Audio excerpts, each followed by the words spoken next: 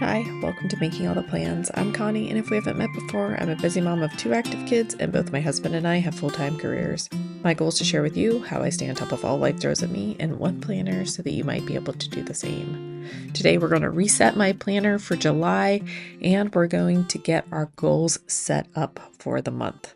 So the first thing I like to do is flip to the monthly section, move my bookmark to the correct month, verify that the month is correct, which as of now, it does look correct, but I wouldn't be surprised if I needed to come back in and add a few more soccer events in. The next section is my weekly section, and on the left side, that's where I put my in progress Kanban items.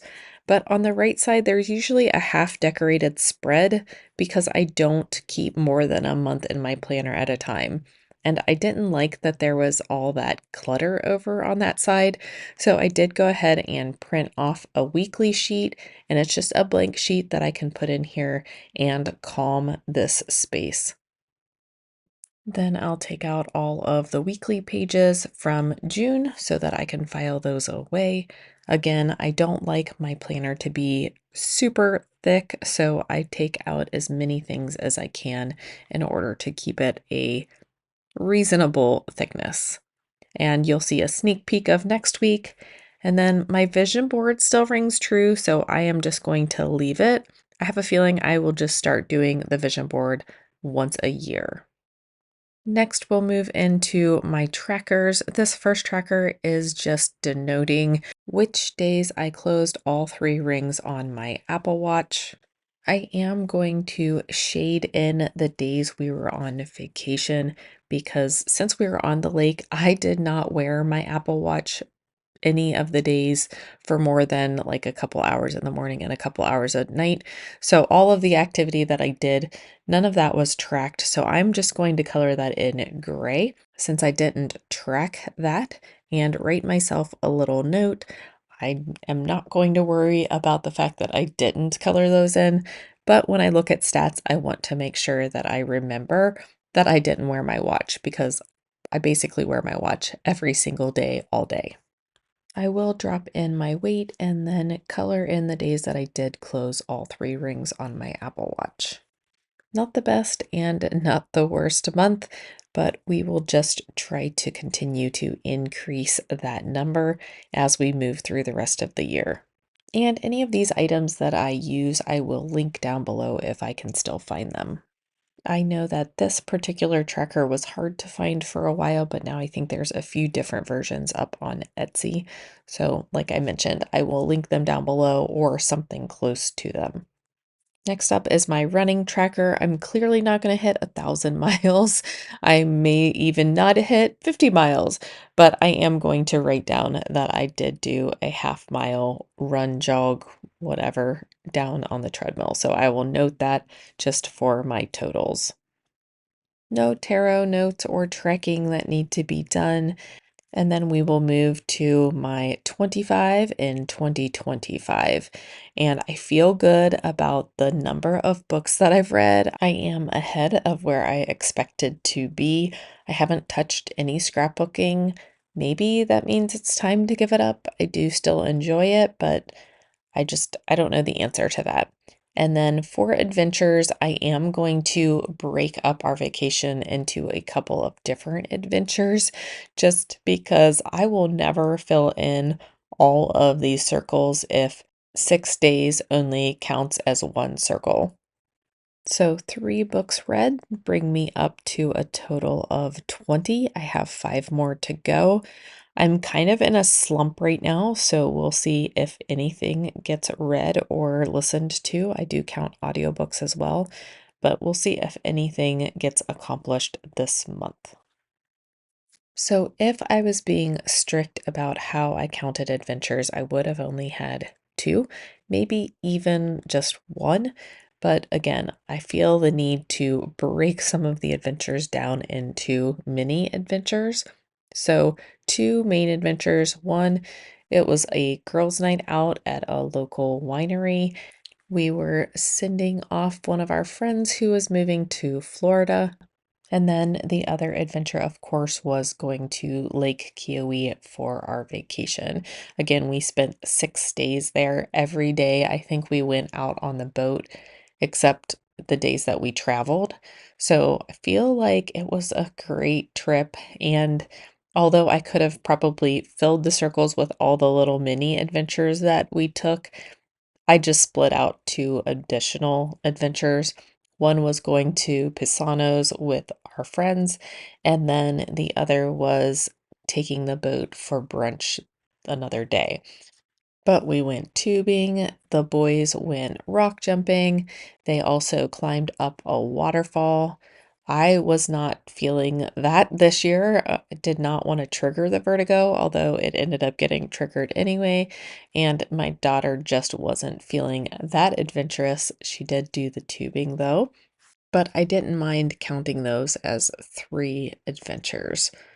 And I do just go ahead and make notes about them on the back side of the paper so I can remember what I counted and what I didn't.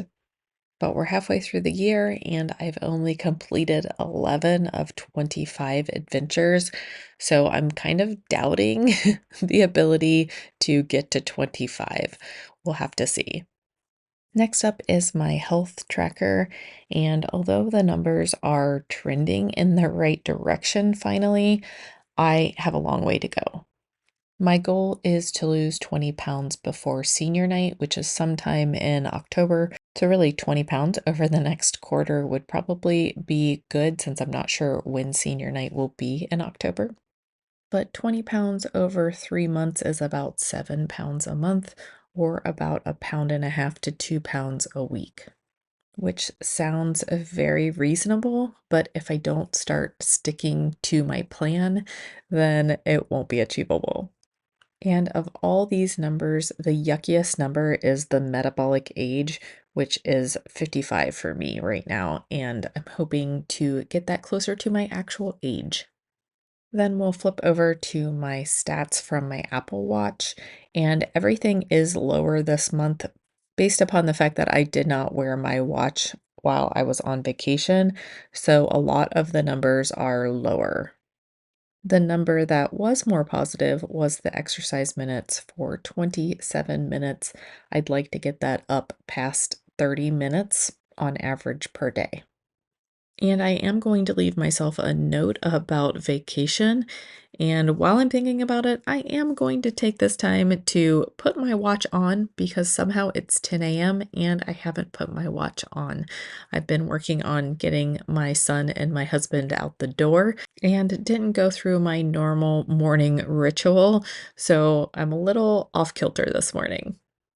I did go ahead and track the number of books that I have read this quarter, but I do like this visual representation of the books that I have read. So I will go ahead and write in the titles and the authors. And eventually I would like to come back in and finish coloring in this page, but I keep thinking I will do it during one of these monthly resets. And I just don't have the time during this recording to color things in. So maybe I will just find a time in the middle of the month when I need to have some creativity in my life, and I will color in this page at that time. The trick is going to be remembering to do it. The 3 books that I read or listened to this month were The Silent Patient by Alex Michaelides, and I also listened to 2 books by Jen Sincero, You Are a Badass and You Are a Badass Every Day. I prefer to listen to nonfiction and read fiction. So normally my fiction is in book form and my nonfiction is in audiobook form. Now we'll move on to my Making All the Plans stats tracker. And you guys just blew me away this month. I am so amazed by the growth that has happened and all the support that I've gotten from the community. I know that my numbers tend to slump in April and May, but I was feeling really discouraged about the drop in numbers. And you guys just came back full force and showed me that I must be doing something right and you do enjoy the content. So for YouTube posts, I did post 18 videos. which is pretty normal for the end of a quarter. And then here come the amazing numbers. 31,000 views. 31,000. I've not even broken 10,000 up to this point. The watch time again, 2,229 hours. I haven't even hit 1,000. And then for subscribers, an additional 889 subscribers for a 48.9% change. I I'm just blown away. And then to top it all off, 52 comments. And some of them were my comments back to other people, but 52 comments. I think my highest before that was 23. So thank you, thank you, thank you. It is so much more fun to put out videos and put out content when I know they're being received and wanted. For Instagram, I still need to put some more time and energy into Instagram, and hopefully I will get there this quarter. But I was just trying to get those numbers back up on YouTube. So here we go. But thank you, thank you, thank you. I am so excited starting Q3 to put out more content that I think that you will enjoy. So let's move on to routines and resets. Right now, I'm still building all of this into my day, and it is working when I use it. What isn't working is getting up at 5 a.m. to work out. So I redid this task block sheet, and instead of getting up at 5 a.m., I'm just going to get up at a more reasonable hour of 6. I will work out, then I'll take my daughter to soccer at 7. I'll go through my normal morning routine. On the days that I need to go pick her up, I'll go pick her up and get to work. On the other days, my husband will go pick her up. The other thing that I need to realize is I need to get to bed. If I don't get to bed, I can't get up in the morning. So, moving on to my Q2 goals, I did make new sheets to go in here, and I went ahead and made Q3 and Q4 at the same time. It does take a little bit of time to draw and stamp everything out. I do enjoy it though, so next year, although it's tempting to do a printable for this, I do like to do it by hand. And originally, I thought that I would make them all different, but this is working so well that I decided that I would just keep it the same. But let's get these hole punched and into my planner. I did corner around the edges since I have two sheets of paper taped together back to back so that the stamps weren't bleeding through. I am going to put Q3 up front, and then I will tuck Q4 at the back and pull it out at the start of next quarter so that I can lay out my goals and track that progress. I do like that this corner rounder has 3 different options for rounding the edges. What I don't like is it doesn't have a back to catch all of the paper that you're trimming off. So I will come back in and fill in my Q3 goals later. If you're interested in seeing those, I can link to my goal setting video that I did. What I am going to do now, though, is write my review of June for each of my 3 goals from Q2. I do use my Muji 0.38 for this because the dots of the dot grid are pretty close together, and I felt like I was running out of room if I was using a thicker tip pen. So for goal 1, which was focused on making all the plans, my reflection says, and we got over the lull. There was a subscriber growth of almost 50%. So crazy. And even better, 52 comments. My heart is so full and hope the community grows and I can foster that. Insta still needs some love and attention, and I need to be more consistent in working on tasks instead of trying to squeeze it all into the weekend hours. The weekend needs to be focused on home tasks. I feel like I could have written a book here, but short and sweet where I can review it. If it's a page long, I'm not going to come back and review those things and see those milestones. Also, when I set up for Q3, I did do a quarterly review, and although I just did a few bullet points there as well, I did go into some depth over the entire quarter. Now for goal 2, which was focused on my health. I said, I think I'm ready to get back into it. My biggest struggle is getting to bed and actually sleeping, which then causes me to struggle getting out of bed. But when the plan is to get up at 6 and you start your day 2 hours late, the day just isn't going to work out well. And although I didn't write this down, I am feeling that mindset shift where I can't just eat at 11 o'clock at night or drink four Dr. Peppers or not move my body, but expect to regain energy, strength, and a positive body image. And I've done that before, so I know that I can do it again. Then for goal 3, which revolves around the house, I didn't really write a narrative. Instead, I made a checklist. So dryer is fixed, check. AC went out, sad face. HVAC replaced, check mark.